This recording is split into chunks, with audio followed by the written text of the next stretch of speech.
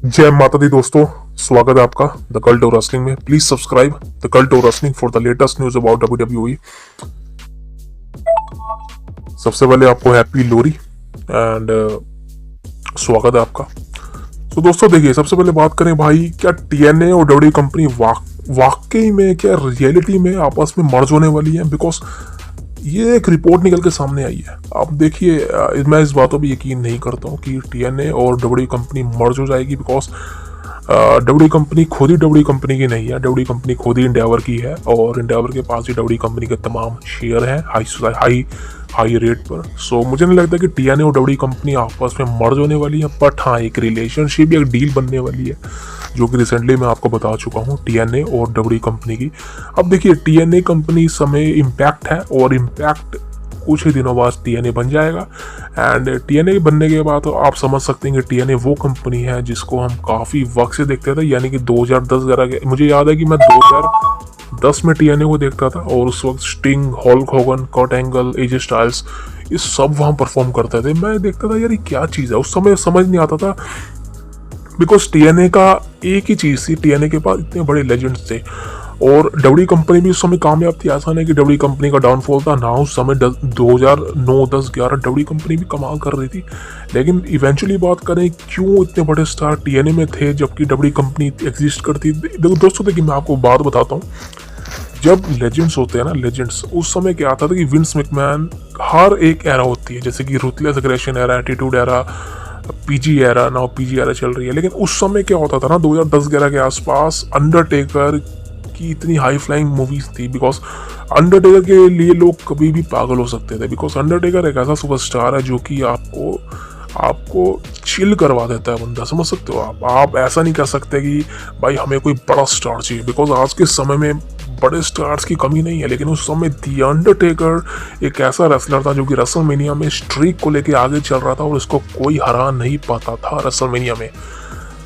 और मुझे याद है कि रेसलमेनिया 26 अगेंस्ट शोन माइकल्स, वो एक रिटायरमेंट मैच था, लास्ट मैच था। अगर शोन माइकल जीतता तो अंडरटेकर हार जाता एंड अंडरटेकर का सारा स्ट्रीक सब कुछ खत्म हो जाता। लेकिन अगर शोन माइकल्स हारता तो शोन माइकल्स दोबारा से रिंग में परफॉर्म नहीं कर पाता WWE कंपनी में, यानी कि वो परमानेंटली करियर एंड हो जाता उसका। और वैसा ही हुआ था। उस समय दूसरी ओर देखा जाए TNA चल रही थी और TNA और WWE कंपनी में फ़र्क सिर्फ इतना है कि रिंग का फ़र्क है।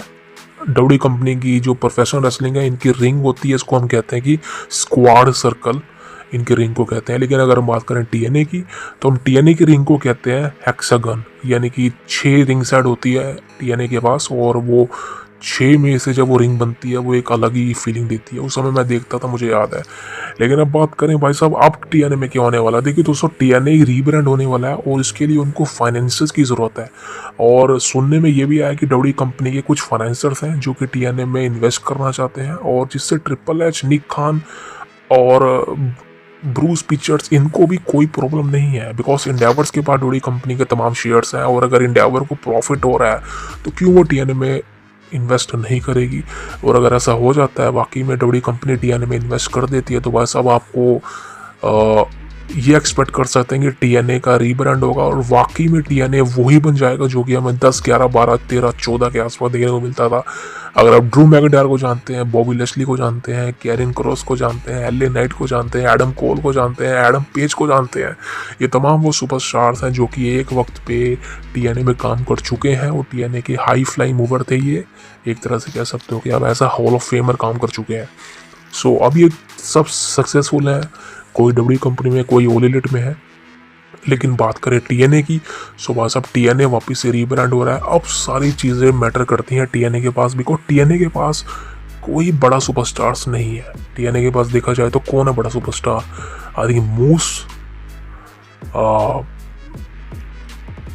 Jack Ryder, Matt Cardona. तो क्या लगता है आपको TNA के पास कोई बड़ा सुपरस्टार है? बिकॉज मुझे नहीं लगता कि टीएनए के पास अभी फिलहाल कोई बड़ा सुपरस्टार है, बिकॉज एक समय में टीएनए के पास सारे लेजेंड हुआ करते थे डब्ल्यू कंपनी के सारे स्टिंग, समझ सकते हो आप। लेकिन अभी देखा जाए टीएनए के पास कोई बड़ा लेजेंड नहीं है, इसलिए टीएनए को कुछ बड़े सुपरस्टार्स की ज़रूरत है। और दिस इज़ वाई कि फॉरबिडन डोर ओपन हो सकता है। जी हाँ, फॉरबिडन डोर की मैं हमेशा बातें करता हूँ। फॉरबिडन डोर का मतलब ये होता है कि एक कंपनी का सुपरस्टार दूसरी कंपनी में जा सकता है और दूसरी का इसी में आ सकता है। सो यही चीज़ हो सकती है कि डब्ल्यू कंपनी के कुछ सुपरस्टार्स, एक का नाम तो है एजे स्टाइल्स। एजे स्टाइल्स आपको टीएनए में दिख सकते हैं टीएनए के फर्स्ट एनिवर्सरी पर। मुझे लगता है कहीं ना कहीं ऐसा हो सकता है, या फ्यूचर में कभी एजे स्टाइल्स जो है अपीयर हो सकते हैं टीएनए में, बिकॉज टीएनए और डब्ल्यू कंपनी का रिलेशन अच्छे हैं। और जैसा मैंने कहा कि इन्वेस्टमेंट हो सकती है, डील बन सकती है।